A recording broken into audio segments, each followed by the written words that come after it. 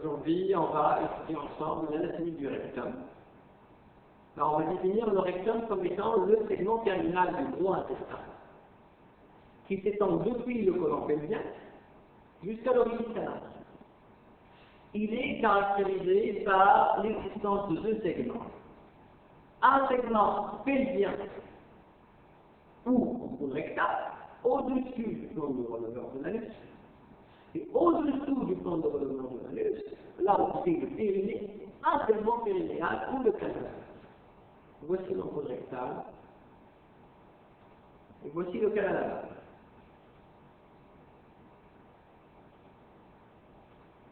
L'ampoule rectale dans le périnée et le canal anal dans le périnée. Ce segment intestinal se différencie par sa situation pelvienne et périnéale, sa fonction de réservoir pour le cas, sa fonction d'être un organe excréteur menu de deux systèmes. Un système de suspension, qui est le releveur de l'anus, et un système de continence, c'est l'appareil sphincter. Il se caractérise aussi par sa pathologie d'organe terminal, et ces deux segments sont différents, tant sur le plan morphologique que sur le plan vascularisation. Ils n'ont pas les mêmes rapports, et ils n'ont même pas aussi une origine embryologique. Voici la projection du plan du détroit supérieur. Alors, sur le plan embryologique, l'ampoule rectale dirige de l'intestin postérieur et terminal, donc c'est une origine glandulaire entoblastique, alors que le canal anal provient du prostodium de l'anus primitif qui creuse progressivement la peau anale, donc c'est une origine ectoblastique cutanée. Ceci explique la différence de la muqueuse rectale par rapport à la muqueuse du canal anal. Une muqueuse glandulaire versus une muqueuse épidermoïde. Alors l'ampoule rectale, elle fait suite au côlon sigmoïde, au niveau de la charnière recto-sigmoïdienne. C'est là où les bandelettes musculaires du côlon disparaissent. C'est là où les artères rectales supérieures vont aborder ce segment. Regardez l'ampoule, la bandelette qui disparaît. Il commence au niveau de S3, on regarde S3, il va s'étendre jusqu'au plancher pelvien, c'est-à-dire jusqu'au plancher des releveurs, où il va se continuer avec le canal. Voyez-vous bien que l'ampoule rectale s'élargit haut en bas, qu'elle va se rétrécir avant d'atteindre le plancher, et qu'elle va être revêtue de péritoine sur la partie supérieure de la face antérieure et des faces latérales. La face postérieure étant totalement dépourvue de péritoine. À l'encontre du côlon, l'ampoule rectale ne possède pas de rossure et de sillon marqué. Le segment, cette ampoule rectale, on peut la diviser en deux segments, un segment péritonisé. Donc il comporte une terreur, puisque le péritoine viscéral est la terreur des organes. Et une position sous-péritonéale qui n'est pas couverte de péritoine, donc il ne comporte pas de séreuse, donc la couche externe serait la musculeuse. C'est pour ça que la couche extérieure est musculaire, verticale, fasciculée. Regardez la disparition de la bandelette qui marque le début du rectum et cet aspect fasciculé musculaire. L'ampoule rectale se dirige en bas et en avant tout en étant moulée sur la campérité sacrée. Et en arrivant au plancher, ce rectum va changer de direction, puisque le canal anal est oblique en bas et en arrière. Et l'axe de l'ampoule rectale, l'axe du canal anal, forme là un angle ouvert en arrière de 80 degrés, qu'on appelle le gap anal, entité anatomique primordiale pour le phénomène de continence et des défécations. L'ampoule rectale mesure 12 à 15 cm. Son diamètre est de 6 cm en transversal, mais sachez que le colorectal a une grande extensibilité et doit remplir presque la totalité de la cavité pelvienne puisqu'elle va se distendre tout en étant remplie de matière. La configuration interne du rectum, donc de l'ampoule rectale, on pourra l'étudier en radiologie après avoir injecté du produit de contraste, ou en endoscopie, en introduisant une caméra à travers la muqueuse pour regarder ce qui se passe au niveau de la muqueuse. Alors, des poumons, que la muqueuse est vide, elle est rosée, elle est marquée par des plis longitudinaux, mûrs par des plis transversaux, qu'on appelle les valvules du muscle. Et on en a 3 valvules transversales de muscle. Voici les valvules transversales de muscle. Il faut savoir que ces 3 valvules sont caractéristiques de l'ampoule rectale et que l'arrivée de la caméra vers la 3e valvule marque la limite entre ampoule rectale et sigmoïdome. Donc, voici les 3 valvules, une entière gauche à 7 cm de la marginale, une deuxième à 10 à peu près, une posture droite, et une troisième gauche à 12 cm de la marginale. 4 tuniques représentent l'essentiel de la structure du rectum, de l'ampoule rectale. Une muqueuse glandulaire de type intestinal, vu l'origine endoplastique de cette ampoule rectale. Une sous-muqueuse très développée, riche en vaisseaux, et une muscule faite de 2 couches. Une couche profonde circulaire, et cette couche va s'épaissir en bas pour former le sphincter interne de la muscle. Donc c'est une couche circulaire musculaire lisse dans le sphincter interne et de la musculature lisse involontaire. Et puis une couche externe longitudinale. Et puis latérale n'existe qu'au niveau du terre supérieur de la face antérieure et de la face latérale.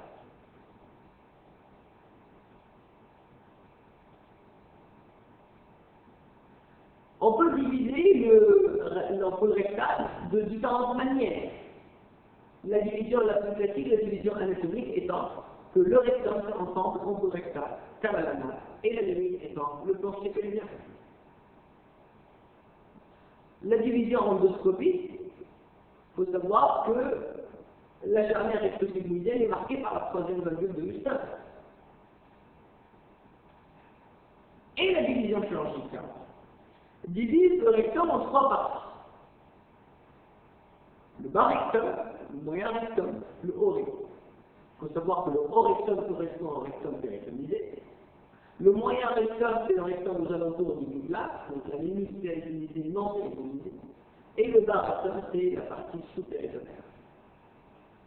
Alors, l'endoscopiste mesure par rapport à la muscle, et le chirurgien mesure par rapport au plancher pelvien. C'est-à-dire que l'endoscopiste, en introduisant sa caméra dans le canal anal, il va parcourir à peu près 4 cm qui représentent la longueur du canal. À partir de là, à partir de 4 cm, il est dans le bas rectum. Il va parcourir 5 cm, ce qui fait de 4 à 9 pour le bas rectum. De 9 à 14, encore 5 cm pour le moyen rectum. Et de 14 à 19, encore 5 cm pour le haut rectum. 5 cm pour chaque pied. Par contre, le chirurgien va mesurer en fer opératoire par rapport au releveur. Donc, on disséquence, il arrive au plancher du releveur de l'anus, voire abdominal, et on ne va pas prendre en compte le niveau 0 maintenant, ce n'est pas l'anus, mais le niveau 0, c'est le plancher pelvien. Donc, on va dire que le 0, c'est le plancher du releveur, le bas rectum de 0 à 5, 5 plus moyen rectum, et 10, 15 au rectum. Donc, si on ajoute 4 cm à ce chiffre, on voit que mesurer par rapport à la muscle revient de d'ajouter ces 4 cm. Le canal anal, il a un court trajet depuis le plancher pelvien jusqu'à l'orifice anal. C'est le segment le plus vif et le plus étroit de rectum. Il est situé dans la partie médiane du périnée postérieur, au-dessous du plancher de releveur, entre les 2 fosses ischiorectales. Je rappelle que les fosses ischiorectales sont limitées en dehors par l'obturateur, en dedans et en haut par le releveur de l'anus et en bas par la musculature périnéale. Ces espaces périnéales sont finis. Ce canal-là, il a une forme cylindrique qui a quasiment une longueur de 4 cm avec une cavité qui est complètement virtuelle. Il est plutôt dirigé en bas vers l'arrière et fait avec une poudre externe un angle qu'on appelle le cap anal. Voici le cap anal, angle de 80 degrés, ouvert dorsalement. Ce canal anal qui s'ouvre ainsi par l'anus au niveau du centre du périnée postérieur, en arrière de la ligne sciatique, 2 cm par la ligne coccyx. La pente anale est complètement virtuelle.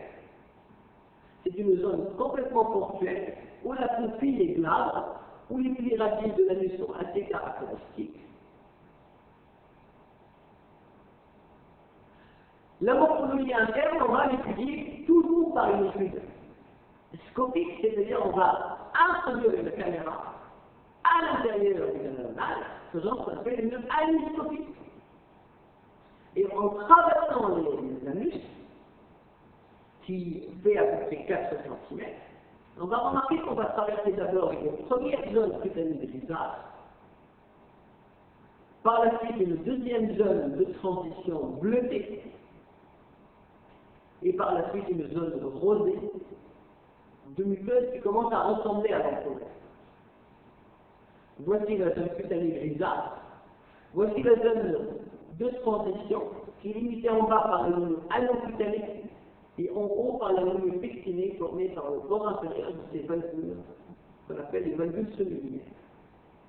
La zone des colonnes est limitée par en bas la ligne pectinée et en haut par cette ligne qui rejoint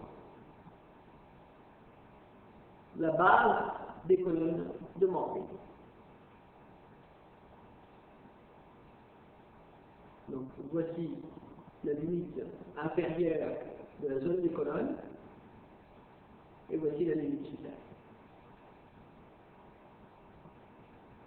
Il faut savoir que ces valvules ou ces colonnes comportent ici des glandes qu'on appelle les glandes dermales et d'éposses. Et ces glandes dermales et d'éposses possèdent des sécrétions physiologiques, mais quand les canaux expulsateurs de ces glandes se bougent, il va y avoir une stase, et la stase est synonyme d'inflammation, et l'inflammation engendre toujours une inflammation. Et ça va creuser, ça va former un abcès, qu'on appelle de jour maintenant un abcès de la marge anale, un abcès anal, qui va creuser un trajet pathologique, que ce soit au-dessous des sphincters ou même traversant les sphincters, et pour aller finalement s'ouvrir en périanal, réalisant un trajet fistuleux. C'est ce qu'on appelle l'axe. Donc, on ne peut jamais avoir un abcès tout seul, un abcès formé par l'obstruction de l'écoulement des sécrétions physiologiques des glandes dermales et des fosses, creuse toujours une fistule. Une fistule est issue d'un abcès, et un abcès cache toujours une fistule. Concernant la structure, il faut savoir que le segment inférieur qui s'ouvre à la peau est complètement cutané, la muqueuse. Le segment moyen, qu'on appelle le pecten, a une muqueuse intermédiaire thermopapulaire dermale. Et le segment supérieur, il a une muqueuse complètement rectale. La sous-muqueuse contenue celle de la muqueuse rectale et il est riche en tissus et la musculeuse est complexe. Cette musculeuse complexe est formée de 2 couches musculaires superposées et renforcées par le sphincter externe. La couche profonde, elle est circulaire et elle continue la couche profonde de l'entour rectal, elle forme le sphincter interne. Et la couche externe, elle est superficielle, longitudinale, et elle continue la couche longitudinale de l'œuf. Regardez sur ce schéma agrandi, la zone des colonnes, la zone intermédiaire, la zone cutanée, l'ouverture anale. Vous avez ici la sous-muqueuse riche en tissus veineux. Et là, vous avez la couche interne circulaire qui constitue le sphincter et la couche externe longitudinale. Et voici le sphincter externe avec ses différents faisceaux qu'on verra. Voici le releveur de l'anus qui fait la limite entre ampoule rectale en haut, canal anal en bas. L'appareil sphinctérien qui est doté de ce rectum forme deux anneaux musculaires concentriques. Un anneau interne involontaire, c'est le sphincter interne, et un anneau externe volontaire, c'est le sphincter externe. Alors, le sphincter interne, rappelons, il n'est que le prolongement et l'épaississement de la fosse musculaire interne de l'ampoule rectale. Il est composé de fibres lisses, et de là il est involontaire, donc il assure la continence involontaire. Voici le sphincter interne.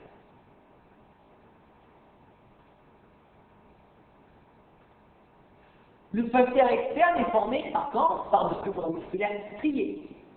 Il va entourer en dehors le sphincter interne et il assure quant à lui la continence volontaire. Il est considéré comme étant une expansion périnéale du releveur de l'anus. Ce releveur de l'anus est le muscle principal du périnée. Et le sphincter externe est formé par un vaisseau. Ce vaisseau profond qui se combine avec le vaisseau puborectal du releveur, donc la partie interne du releveur, sphinctérienne, un vaisseau superficiel qui entoure la moitié inférieure du sphincter interne, et puis une partie superficielle, et là la partie sous-cutanée. Je rappelle, le sphincter externe est strié, formé par trois vaisseaux, un vaisseau profond qui se continue avec le puborectal du releveur, un vaisseau superficiel et un vaisseau sous-cutané. Ces trois vaisseaux musculaires constituent un motion circulaire tout autour du sphincter interne, assurant la continence volontaire. Alors je rappelle que la partie sphinctérienne du releveur, qui se termine sur la paroi postérieure du rectum, en se contractant en prenant profil sur la symphyse pubienne, elle va tirer et elle va donc rapprocher la paroi postérieure du rectum vers la paroi antérieure, fermant donc la lumière. Et autre chose, en tirant, elle va accentuer l'angle, ou elle va fermer l'angle entre l'ampoule rectale et le canal anal. De là, on aura complètement l'ampoule rectale couchée sur le canal anal, et ça va faire un obstacle à la défécation. Ceci dit, lors du réflexe de défécation, l'ampoule rectale se remplit. Par réflexe, le sphincter interne va assurer l'incontinence, et au moment volontaire de la défécation, on va relâcher la partie sphinctérienne du releveur et on va aligner l'ampoule rectale sur le canal anal pour faciliter la descente. Ce canal anal est à l'encontre du rectum assez fixe, il est solidaire au releveur, il est adhérent par ses sphincters au noyau central du périnée en avant et au rappel hypophygien en arrière.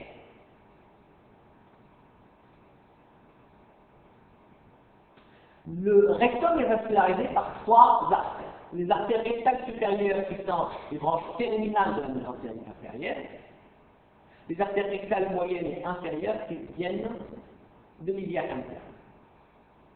Les artères rectales supérieures, donc on a dit qu'elles sont les branches terminales de la mésentérique inférieure, et on regarde le 3. La droite est plutôt postérieure, la gauche est plutôt antérieure. Elles vont s'épanouir dans la musculeuse rectale, et elles vont s'anastomoser entre elles et avec les autres artères. Cette artère rectale supérieure vascularise quant à elle la quasi-totalité de l'ampoule rectale et la muqueuse du canal anal, ce qu'on appelle l'anus muqueux. Les rectales moyennes sont des branches collatérales de l'iliaque interne, paires et symétriques, mais elles ont plutôt une distribution plutôt génitale que rectale. Donc, je rappelle que les artères rectales moyennes, encore une fois, ce sont des artères rectales, mais à destinée plutôt génitale. C'est la partie de l'anus muqueux et de la zone des colonnes qui est concernée par cette partie. Les artères rectales inférieures, ce sont des branches collatérales de la honteuse interne. Voici la honteuse interne et voici la rectale inférieure. Elles vont parcourir un canal périnéal qu'on appelle le canal d'Albert. Et elles vont traverser la fosse ischio-rectale pour aller vasculariser l'appareil inférieur, le canal anal avec sa muqueuse et la marge. Voici les limites de la fosse ischio-rectale avec l'obturateur interne, le releveur de la bouche, et voici le canal d'Albert avec l'artère rectale inférieure. Il est à rappeler que, à part ces trois artères principales, rectale supérieure, moyenne et inférieure, il faut toujours se rappeler qu'il y a une artère importante qui naît de la bifurcation aortique en vers le L4, c'est l'artère sacrée moyenne qui vascularise la face postérieure du rectum. Voici l'artère sacrée moyenne qui vascularise la face postérieure du rectum. Les veines sont satellites des artères, notamment il y a des veines rectales supérieures, dans la confluence forme des veines mésentériques inférieures, dans une influence du système fort, les veines rectales moyennes et les veines rectales inférieures, tributaires de la veine médiane interne, donc du système cave inférieur. Voici les veines rectales supérieures, qui forment la veine mésentérique inférieure. Voici les veines rectales moyennes et les veines rectales inférieures qui se drainent vers les veines honteuses internes et de là vers les veines iliaques internes. Alors, qu'est-ce que c'est les plexus hémorroïdes? Ce sont des plexus veineux, sous-muqueux, qui sont à l'origine des veines rectales. Le plus important étant le plexus hémorroïdal interne, qui, en regard de la ligne pectinée, et qui est drainé par les branches de la veine rectale supérieure et des veines rectales moyennes. Le plexus externe maintenant est moins important. Il est quasiment sur la marge anale et il est drainé par les veines rectales inférieures. On remarque très bien que ces plexus hémorroïdaires constituent une zone d'anastomose très importante pour ce cas, puisque le plexus hémorroïdaire supérieur qui se draine vers les veines rectales supérieures est drainé du système par le système fort.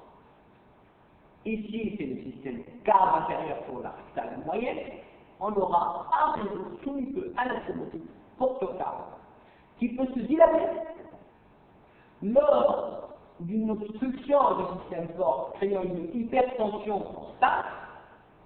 Le sang va refluer vers les veines et ça va créer ce qu'on appelle les hémorroïdes internes. Je rappelle que les hémorroïdes peuvent exister en dehors de l'hypertension portale, c'est des cellules qui ont une insuffisance veineuse. C'est l'équivalent des varices des membres inférieurs. C'est l'équivalent du varicocèle testiculaire. Ce sont des varices du rectum. Et ces varices du rectum, qu'on appelle les hémorroïdes, sont souvent des hémorroïdes internes qui peuvent, lorsqu'ils sont très dilatés, très malades, s'extérioriser en dehors de la marge anale, faisant ce qu'on appelle des hémorroïdes internes extériorisés. Mais il n'y a pas d'hémorroïdes externes plus fréquemment.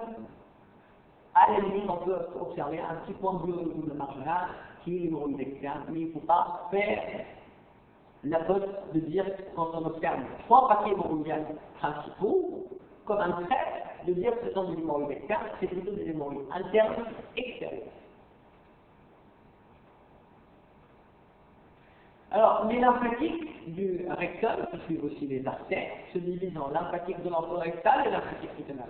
Généralement, les lymphatiques de l'ampoule rectale sont des lymphatiques ascendants et du canal anal, ce sont des lymphatiques descendants. Les lymphatiques suivent les pédicules artères, sachant qu'on a un pédicule rectal supérieur et moyen sur l'ampoule rectale et un pédicule rectal inférieur sur le canal anal. Le pédicule rectal supérieur draine la totalité des rectums et les satellites des vaisseaux rectaux supérieurs et il prend l'origine de trois premiers collecteurs. Des collecteurs courts, moyens et longs. Voici le pédicule rectal supérieur. Voici les collecteurs courts qui se terminent dans le ganglion principal du rectum qu'on appelle le ganglion de Mondor. Voici les ganglions moyens vers les ganglions mésentériques inférieurs à la racine des mésocygmoïdes, qui se drainent vers les collecteurs longs à l'origine de la mésentérique inférieure. Trois types de collecteurs pour ce pédicule supérieur, courts vers le ganglion de Mondor, moyens à la racine des mésocygmoïdes, qui se drainent eux-mêmes vers la racine du mésentère, du mésocollant, et puis à l'origine de l'intermésentérique inférieure. Le pédicule moyen, il est formé par les lymphatiques satellites de l'artère rectale moyenne, donc ça va aller vers l'artère iliaque interne et à la future pression interne externe. Par contre, les lymphatiques viscérales anales, ils sont issus de trois réseaux muqueux ou musculaires, mais qui vont venir plutôt des ganglions inguinés, hypogastriques et présacrés. Ceci, quand il y a un cancer de l'ampoule rectale, c'est généralement des ganglions qui vont aller vers le haut, tout au long du réseau iliaque et du cancérité aortique. Alors le cancer du canal anal va donner des métastases cancéreuses, des adénopathies cancéreuses au niveau du pli rectal. L'ampoule rectale est innervée sur le plan autonome par le plexus hypogastrique inférieur. Je rappelle, le plexus hypogastrique, c'est le plexus autonome situé dans les nappes sacrogénito-pubiennes de Paredos et de la loge viscérale et formé par le nerf hypogastrique, les afférences sympathiques flanquiniques et parasympathiques des nerfs directeurs bêta, issus des racines S2, S3, S4.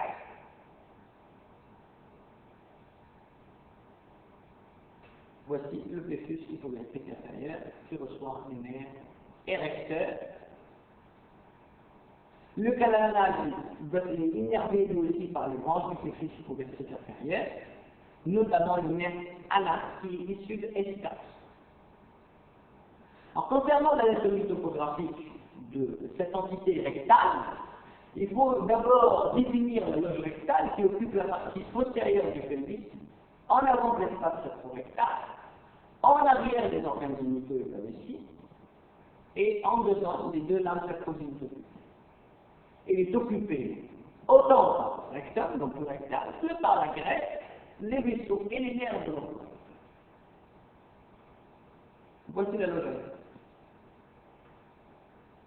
Cette loge rectale est limitée en arrière par le fascia rétrorectal au fait sacré, comme décolle ici, là. C'est un plan à respecter lors des exercices chirurgicales de l'ampoule rectale. Quand on passe dans ce plan, pour respecter le plan, c'est bon, mais il faut faire attention de ne pas ni aller plutôt vers l'ampoule rectale, et là on risque d'aller blesser le canal de l'ampoule rectale, la séreuse et le milieu musculaire. Sinon, on risque aussi d'aller dans l'autre plan, en arrière du fascia préfacé, au vaisseau rectal, pour aller blesser les veines préfacées, qui sont des veines qui ont la caractéristique de saigner énormément, et qui vont aller se rétracter à l'intérieur du sacrum quand elles sont blessées, ce qui va causer des hémorragies parfois assez très difficiles à contrôler.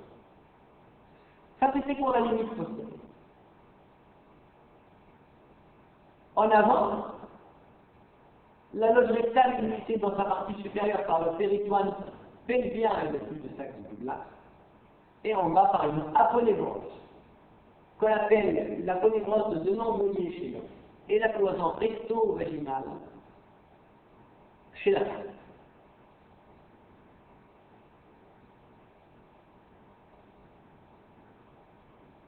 Voici la cloison recto-vaginale chez la femme. Latéralement, la limite de la loge rectale en haut, c'est le péritoine qui se réfléchit, formant ici les culs de sac pararectaux de Paté. Et la partie inférieure est formée par les lames sacrogénito-pubiennes, qui sont les lames neurovasculaires.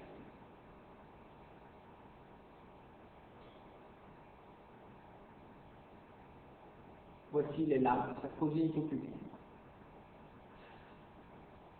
Alors, qu'est-ce que c'est le mésorectum?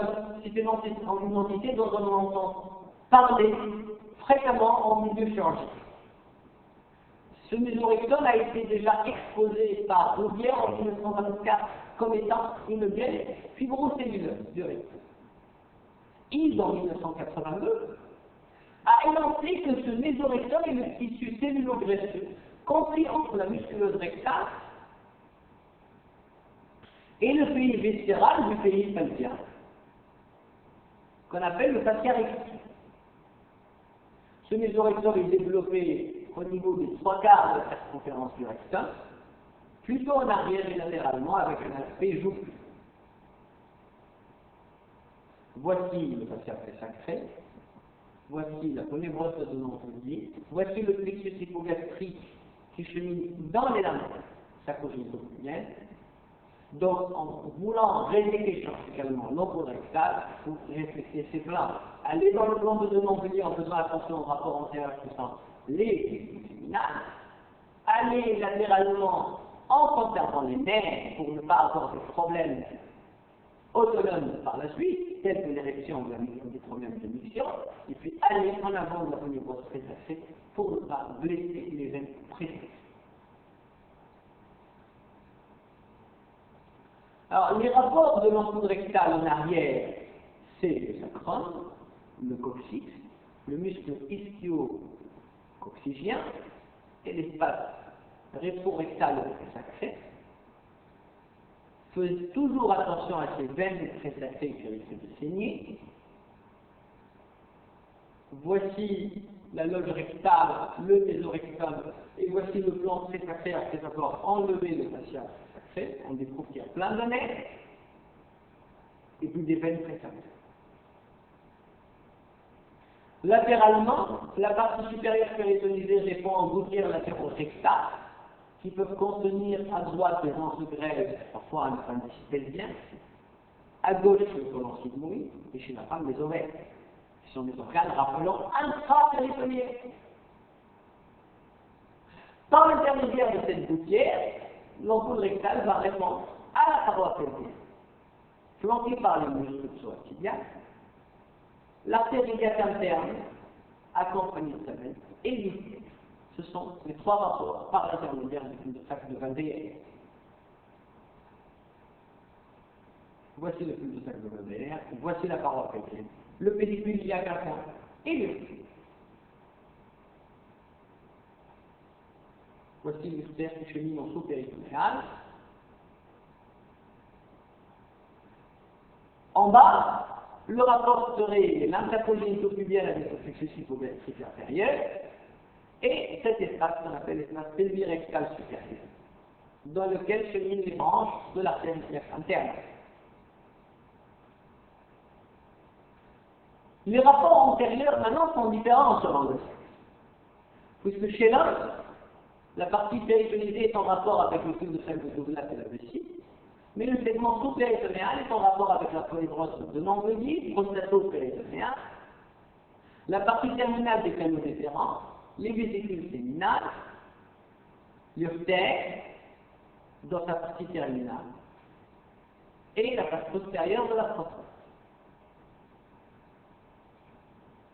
Voici le Douglas, la première brosse de Nonvelier, voici les vésicules séminales, la terminaison du déférent, la terminaison de l'urtère, et la face postérieure de la prostate. Chez la femme, maintenant, la partie supérieure du rectum répond au cul-de-sac de Douglas et la face postérieure de l'utérus. La vessie reste chez la femme à rapport lointain, c'est différent par rapport à l'homme, et le segment sous-péritonéal est en rapport avec le cul-de-sac vaginal postérieur, la cloison recto-vaginale, qui sépare le vagin du rectum. On peut imaginer que lors du cancer du rectum, antérieur du rectum, chez la femme, on peut aller très facilement avoir un envahissement de la muqueuse vaginale, de la paroi vaginale par cette fumeur rectale, et même une communication pathologique entre ces deux organes qu'on appelle une fissure recto-vaginale. Et même, c'est des patients qui consultent à cet état, c'est assez quand même spectaculaire, qui consultent pour un écoulement de matière fécale à partir du vagin. Le canal anal est en rapport en arrière avec la partie postérieure du releveur, le coccyx et le sacrum. Latéralement, c'est les voies ischio-rectales qui constituent le rapport latéral catamène avec le pédiculum interne qui chemine dans le canal d'Alcock. Voici le plan du releveur, voici la voie ischio-rectale. En avant, les rapports diffèrent selon le sexe, mais c'est essentiellement le noyau fibrocentral du périnée qu'on trouve dans les deux sexes, le bord postérieur du bulbe de la verge chez l'homme, et puis chez la femme, le triangle anovule. Voilà le noyau fibrocentral du périnée chez l'homme. Voici les hémorroïdes internes, les fistules anales dont on avait parlé tout à l'heure. Et voici les trois paquets hémorroïdaires principaux. Mais quand c'est plus spectaculaire, c'est des malades qui consultent avec une grande insuffisance veineuse hémorroïdaire, avec des hémorroïdes en paquets de trèfle, en trois paquets, comme un trèfle, qu'il va falloir aller traiter très rapidement pour soulager les malades, soit en donnant très rapidement des anti-inflammatoires et des médicaments contre la douleur et des médicaments qui vont refortifier les veines, mais surtout quand c'est comme ça, il va falloir aller opérer pour enlever ces veines qui sont insuffisantes pour ne plus avoir une gêne de cette façon-là. Voici l'infection des glandes thermales et des fosses qui peut aller fuser à travers les frontières, ressortir au niveau de la marginale et constituer des accès de la marginale qui cache toujours une intraveineuse fistule, qu'on appelle une fistule anale. Merci pour votre attention et bon courage.